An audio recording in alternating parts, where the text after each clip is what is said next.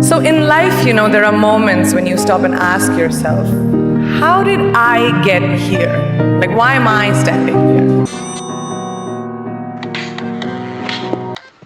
Let's go. Well, this is definitely one of those moments for me. And I find myself going back to the beginning, back to my roots.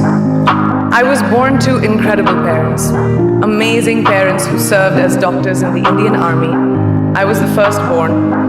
And as far back as I can remember, I made my parents very proud and happy 99% of the time. Okay, slight exaggerations of personal achievements are allowed from time to time, don't you think? My brother was born a few years later, and even then, nothing changed for me. We were both given equal opportunities, and I want to emphasize this. I want to really emphasize this for you because I don't think a lot of people might understand that being equal might seem very normal. But where I come from, India, and a lot of developing countries around the world, more often than not, this is an exception. It's actually a privilege. My first experience of the glaring disparity between boys and girls came at a very, very young age. I grew up in a middle-class family with extremely philanthropic parents who constantly reminded me and my brother how lucky we were and how giving back to those who were less fortunate was not a choice, it was a way of life. Simple. I was 7 or 8 years old when my parents started taking me on these visits in a traveling clinic to developing communities around and villages around the city that we lived in called Bareilly. We were packed into this ambulance and my parents would provide free medical care to people who couldn't afford it. My job at the age of 8 was assistant pharmacist. So I would count all the medicines, put them in an envelope and give it out to patients, and I really took my job very seriously. Very seriously. But the more I went on these expeditions, the more I began to notice the simplest things that distinguished a boy from a girl, or a man from a woman. For example, girls were pulled out of school when they hit puberty because they were considered ready for marriage and babies. That's 12 and 13, while boys still enjoyed their childhood. Or basic human rights such as healthcare were denied just because they were women. Let's call this whole experience trigger number 1 for me. Fast forward a few years and many, many triggers in between.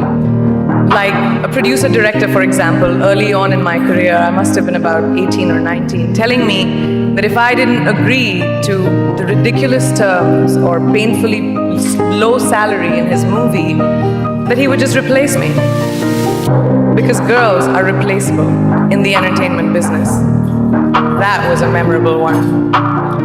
Made me decide to make myself irreplaceable. But I think what really moved the needle for me and ultimately led me to create the Priyanka Chopra Foundation for Health and Education, and around the same time partner with UNICEF, was an encounter with my housekeeper's daughter. About 12 years ago, I came home from set early one day and she was sitting in my library reading a book. And she must have been 8 or 9 years old, and I knew she loved reading. So I asked her, I was like, it's a weekday, why aren't you in school? And she said, oh, I don't go to school anymore. So I went and asked her mother and I said, why isn't she in school? And her mom said that her family couldn't afford to send her and her brothers to school, so they chose the boys. The reason? She would eventually get married and it would be a waste of money. I was completely blown and it shook me to my core. Eventually I decided to cover the cost of her education so that she could continue to learn, because education is a basic human right.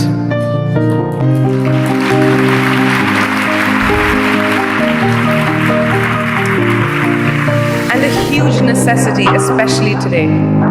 From that point on, I was determined to make a difference in as many children's lives as I could, in whatever big or small way that I could contribute.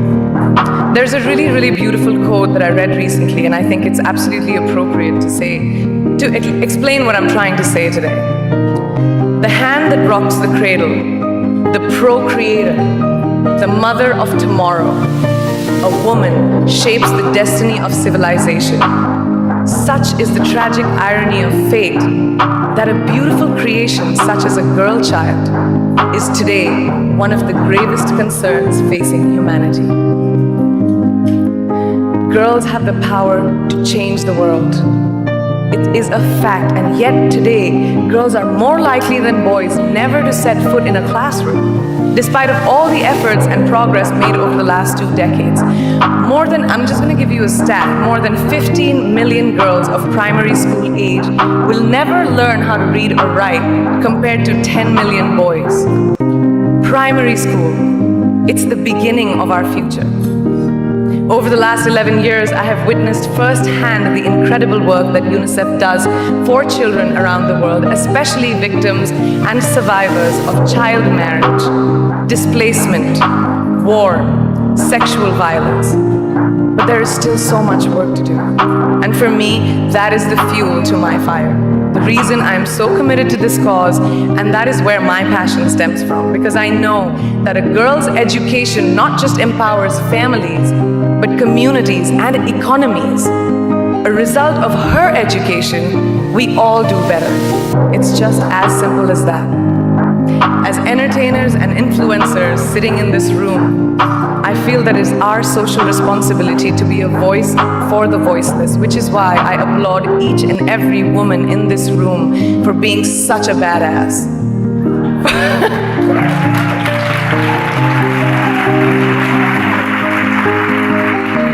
For using your platform and your voice to contribute to change, and for ensuring that there is not even one lost generation as long as we are alive.